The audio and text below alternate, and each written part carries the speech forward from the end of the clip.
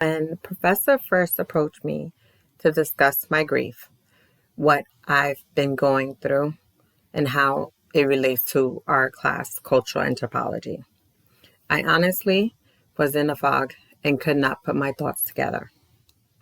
When my mom passed away, it was a big blow to my life and how I perceived things and different people around me. How I am going to go ahead and write this relational summary. I finally got myself together and dove right back into it. So, to get started, anthropology, study of death and mourning. It's a universal human experience overall. Grief happens around the world. It is universal experience with how we deal with it in different cultures. What I mean by that is my mom was a spiritualistic person who believes in the everlasting life of spirits. In that culture, for anyone who knows more about it or is familiar with it, knows that they believe in the spirit guides and the guides that provide them help throughout their lives. You can see that this is an expression of rituals and profoundly shaped by culture in itself. Cultural anthropology does demonstrate that societies worldwide have developed what is called a diverse practice, belief, and social norms. Different cultures do different things in different ways. Okay, a great example on my father's side is that we are Jewish, but we're not very religious. A lot of the Jewish people who are religious do stay with the dead until they are fully buried. The body and the spirit go together when it comes to the Jewish religion and the spiritual religion. Or I wouldn't say religion, more like culture, where the body is laid up this way, the head of the body is this way, the foot of the body is on this side, and then there's a cup of water that's put at the bottom of the foot of the body so the spirit can get ahead and land into the water so the spirits can go ahead and flow freely. In going through this journey, I finally realized that cultural anthropology does reflect very well with death. When I was mourning and considering what just happened, truthfully, it threw me through a loop. With that said, there are different variations of mourning practices that actually happen around the world in different cultures. Social bonds maintain culture identity and provide collective meaning in the face of loss. I found a few cultures. Some people from Alaska conduct what is called a memorial potluck, which serves as a renewed relationship between the deceased family and the community. The different rituals around the world do serve a way of respecting the dead and practicing how grief can serve an important part of our social function. While in my culture, it is okay to be publicly affectionate, feel what we need to feel, where there are some cultures that cannot be publicly affectionate or show affection out in public. They have to keep it within. One way that we do show it is, for an example, for my uncle and my mom, we did what is called a celebration of life. Now, because I am American and Spanish both, in the American culture, after a person passes away, the trust goes down, which would happen to me. And in my Spanish culture part, I did go ahead and celebrate my mother's culture, respected it, and not only respected it, also honored it. Death as a social culture phenomenon, anthropologists do emphasize that death is not merely a biological event, but profoundly social, cultural, and political occurrence. Has allowed me to have a deeper understanding, and different societies do cope with death in different ways and different aftermaths. Funeral practices and beliefs about cultural relevance in death studies. As I approach this as an anthropologist, and I'm recognizing the death and mourning behaviors of varied different cultures, grief and the challenge of grief is universal all around.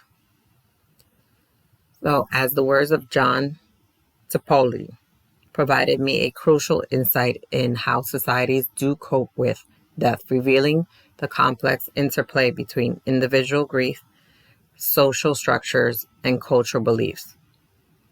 Having this understanding and developing a cultural sensitive approach to death and bereavement, it has helped me increasingly to understand a lot why my mom went through the spiritual world, and as a global understanding of different entities around the world. Different cultures do express grief through unique rituals that reflect their values, beliefs, and traditions, while at the same time, we're going to go ahead and venture out to Mexico. Families create what is called altars, with offerings for loved ones, celebrating their return to the living world with food and little momentums.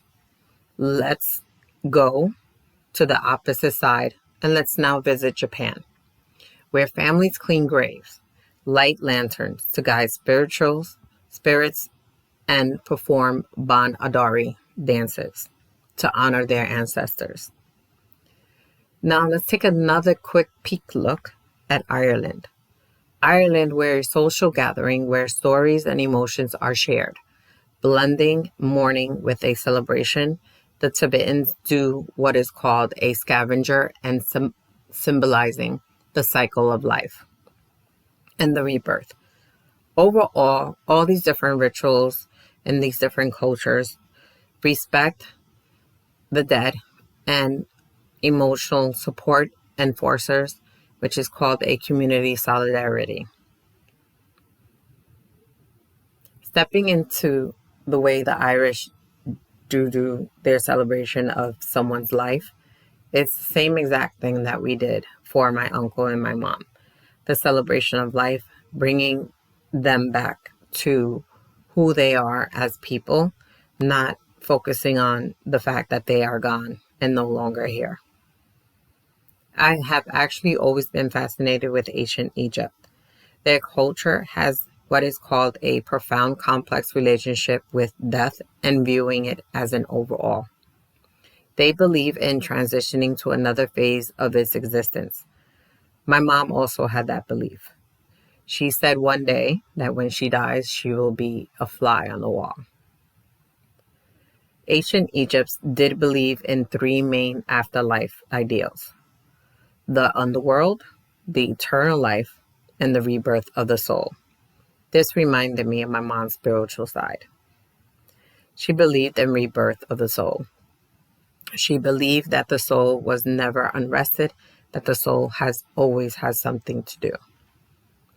One could say that the view of the afterlife is its continue of life itself. Profound job and enjoyment of their hobbies. But the belief system was elaborate for the death in the afterlife. The Egyptians took great care in preparing for that. Death believing that proper preparation were crucial for a successful journey to the aftermath. What I mean by aftermath, we're talking about mummification, crucial to the Egyptian belief, body preserved for the deceased to be reborn into the afterlife. How this was done, basically dismembering and wrapping the body in bandages, placing the heart scrab amulet on the mummy to ensure that the heart did not bear false promise at all. And then they were enclosed in tombs, which was considered the dead's home. Egyptians left various offerings for the deceased. Some of those offerings had to do with food, clothing, things like that. It was kind of the same type of offerings that are done that Mexicans do for the Day of the Dead in their culture. An important part of the afterlife, the journey, the judgment of the dead, which took place in the Hall of Mait. Was the Egyptian belief of whether or not the deceased can enter the kingdom of Orisis. They believed that death, in a profound way, their culture has been describing it consistently, that dead, the gods, and the living. Despite their elaborate death rituals, the ancient Egyptians were not obsessed with death itself, but rather with ensuring eternal life and celebrating the continuation of existence beyond physical death. To me, the Egyptians were so far from what my mom believed.